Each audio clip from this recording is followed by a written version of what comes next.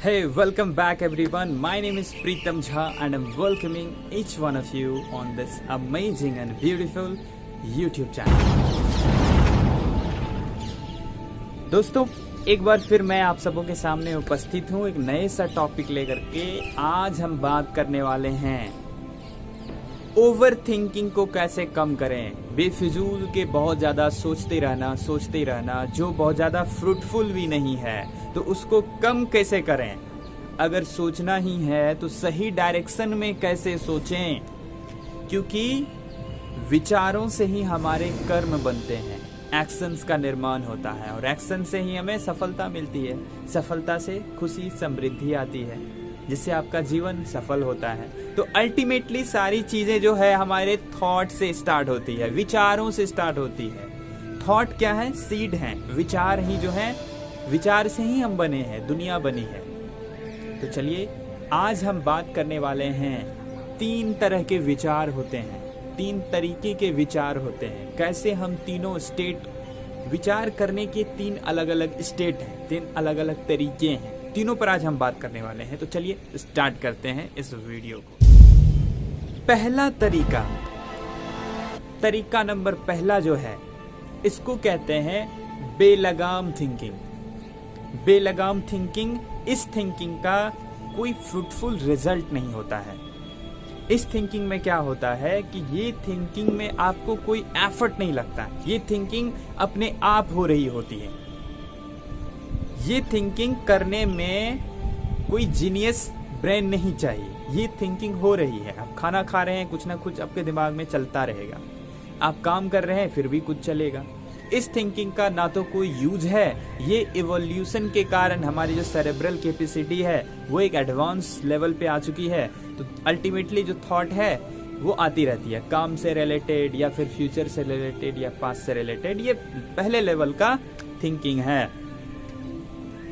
ये थिंकिंग कैसे काम करती है, एक एग्जाम्पल से हम समझा देते हैं। आप लोग भी अगर ध्यान से कभी थॉट को ऑब्जर्व करेंगे तो आपको खुद हंसी लगेगी कि अरे यार, ये मैं क्या सोच रहा हूँ, ये क्या क्या हो रहा है मेरे साथ। क्योंकि ये जो थॉट है, ये जो माइंड है हमारा, ये तो चिंपैंजी से ही इवॉल्व होकर के यहाँ तक आई है। तो आप एक चिंपैंजी को देख सकते हैं, उसी का इवोल्यूशन स्टेट है, इवोल्यूशनरी स्टेट ये है, थोड़ा सा अच्छा, ठीक है।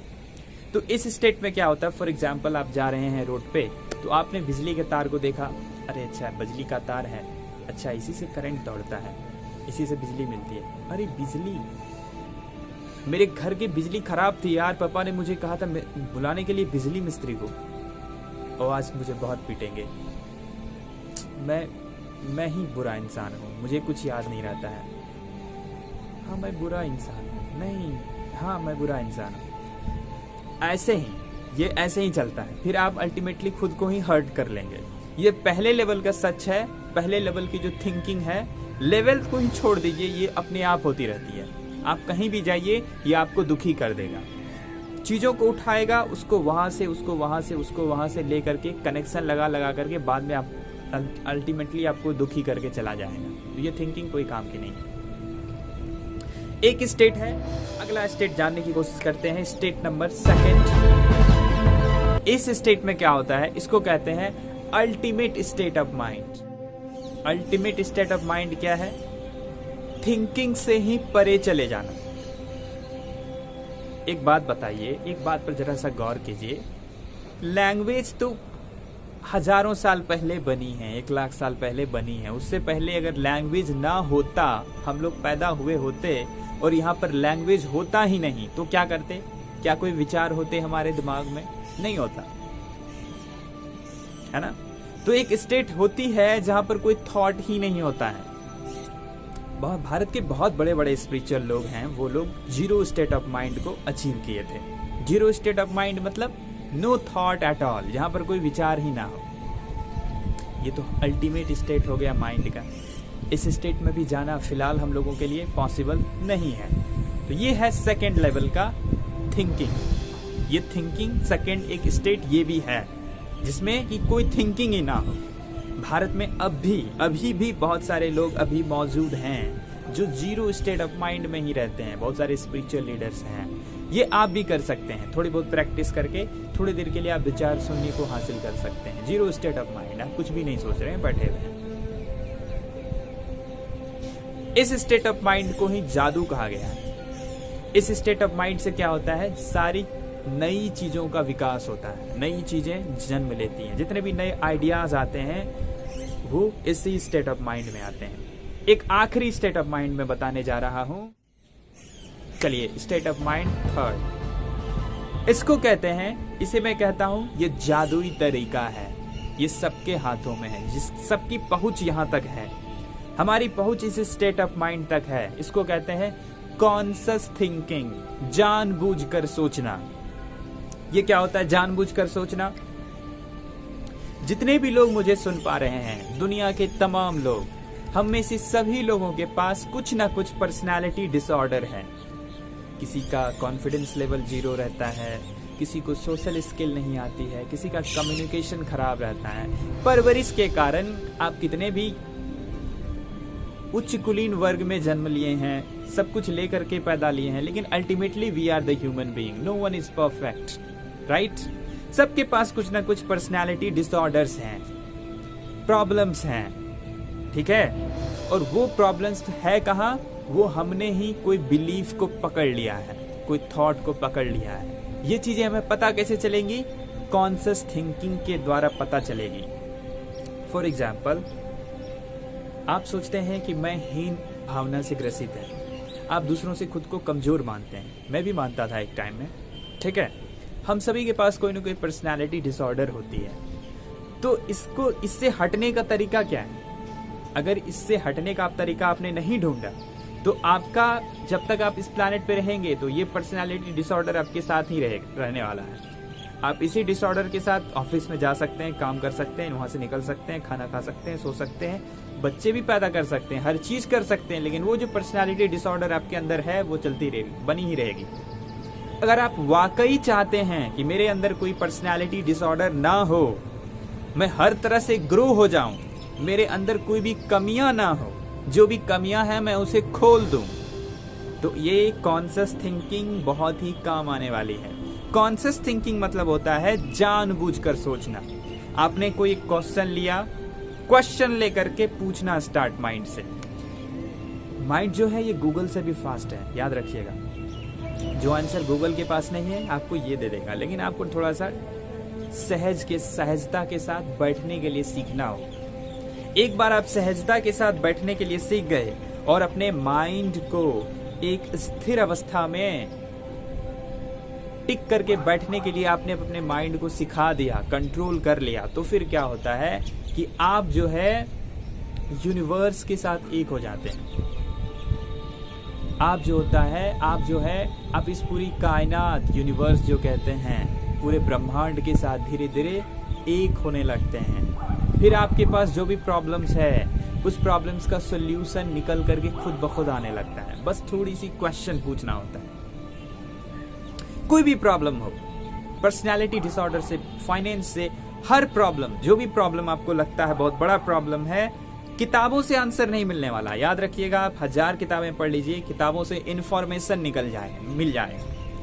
इंफॉर्मेशन किस तरह का? मान लीजिए a+b का whole square, a² + b² + 2ab, ये आपको मिल गया, एक इंफॉर्मेशन मिल गया, लेकिन इससे जिंदगी चेंज नहीं होने वाली। आप सवाल को हल कर सकते हैं, जिंदगी चेंज नहीं होने वाली।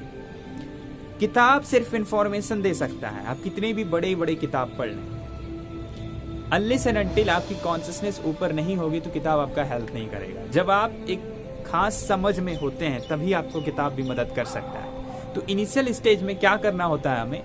अगर आप थोड़ी अपनी समझ को और गहराई देना चाहते हैं, आप अपनी जीनियस को अनफोल्ड करना चाहते हैं, आप चाहते हैं कि मेरे अंदर कोई पर्सनालिटी डिसऑर्डर ना हो, आप हर तरह से ग्रो करना चाहते हैं, तो कॉन्शियस थिंकिंग करनी ही पड़ेगी। कॉन्शियस थिंकिंग मतलब प्रॉब्लम्स के साथ बैठना, विचार करना, जानबूझकर विचार करना। अब प्रॉब्लम क्या है? मैं देखता हूं कि लोग दुनिया भर की चीजों में इंटरेस्ट रखते हैं। अमेरिका में क्या हो रहा है, लोगों को बहुत ही इंटरेस्ट है। पाकिस्तान में क्या हो रहा है, लोग इंटरेस्टेड हैं। पड़ोसी के घर में क्या हो रहा है, लोग इंटरेस्टेड हैं लेकिन अपनी जिंदगी में कोई इंटरेस्टेड नहीं है। लोगों को लगता है मैं परफेक्ट हूँ, मुझे चीजें बताओ, जानकारियां दो। वो जानकारी आपके कोई काम का नहीं है, वो मनोरंजन हो रहा है। आप टाइम गुजारना चाहते हैं तो अच्छी बात है। अल्टीमेटली आप अगर कुछ नहीं सीखिएगा, ग्रो नहीं कीजिएगा, फिर भी कुछ नहीं होने वाला। आप तो यहीं रहिएगा इस प्लैनेट पर। प्रकृति को घंटा फर्क नहीं पड़ता है कि आप ग्रो करें, आप ज्यादा कॉन्शियस हो जाएं, इससे प्रकृति को कोई घंटा फर्क नहीं पड़ता। प्रकृति बस चाहती है कि आपकी बॉडी बची रहे और आप रिप्रोडक्शन करते रहें, बच्चे पैदा करते रहें, ताकि ये जो है ब्रह्मांड, ये जो प्लैनेट है, ये बचा रहे, ये चलता रहे, इसका विकास ना रुक जाए। प्रकृति को और कुछ नहीं चाहिए। अगर आप पर्सनली इन चीजों से निकलना चाहते हैं, मैट्रिक्स, माया, स्वामी विवेकानंद ने कहा है, मैंने एक बार पढ़ा था कि अल्टीमेटली हम जो भी करते हैं हम माया में ही करते हैं, मैट्रिक्स में ही करते हैं। मैट्रिक्स में जीते हैं, मैट्रिक्स में पैदा लेते हैं, मैट्रिक्स में जीते हैं, मैट्रिक्स में ही सारी चीजें करते हैं और मैट्रिक्स में ही मर जाते हैं। तो इससे निकलने का एक ही तरीका है, कॉन्शियस, बीइंग कॉन्शियस। चेतना को क्या करना है, गले लगाना है, थोड़ा सा और चैतन्य हो जाना है। कॉन्शियस की शुरुआत कहाँ से होगी, कॉन्शियसनेस की शुरुआत कहाँ से होगी? कॉन्शियसनेस की शुरुआत यहीं से होनी है। कहाँ से होनी है? कॉन्शियस थिंकिंग से। एक बार आप लॉजिकल क्वेश्चन खुद से पूछना स्टार्ट कर देते हो तो धीरे धीरे क्या होता है, ये कॉन्शियसनेस के दरवाजे खुलने लगते हैं। फॉर एग्जाम्पल कि एक क्वेश्चन उठाया आपने, उस क्वेश्चन का आप अंदर से अंदर जाते गए, फिर क्या हुआ कि आप जब बहुत अंदर चले गए तो वो क्वेश्चन धीरे धीरे खत्म हो जाएगा, वो क्वेश्चन ही खत्म हो गया। फिर आप थोड़ी देर के लिए शांत हो जाएंगे, फिर नया क्वेश्चन, फिर आप उसके गहराई में जाइए, आपको कुछ नया निकल के आएगा उससे। ये करना क्यों इंपॉर्टेंट है? अगर आपने ये पर डे आपने हैबिट बना ली, 1-2 घंटे की कॉन्शियस थिंकिंग चलेगी पर डे, तो धीरे धीरे आपके पास हजारों क्वेश्चन के आंसर होंगे। लोग आपसे आंसर पूछेंगे आकर के।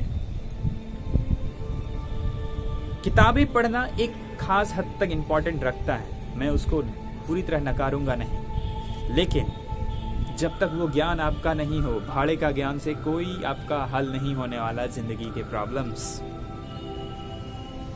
तो आई होप ये वीडियो काम की होगी। मैं चाहता हूं कि आप सभी, मैं जो वीडियोस बना रहा हूं इसमें पूरी तन्मयता के साथ पार्टिसिपेट करें। तो वीडियोस के बारे में आप कमेंट सेक्शन में कुछ लिख सकते हैं, अच्छा या बुरा। आप किसी चीज़ से डिसएग्री करते हैं तो वो भी लिख सकते हैं, और आप मुझे सुझाव दे सकते हैं कि मैं क्या और बेटर कर सकता हूँ वीडियोस मेकिंग में। ओके, जल्द ही मिलते हैं एक नए टॉपिक के साथ। तब तक के लिए bye bye, take care, wish you all the very best.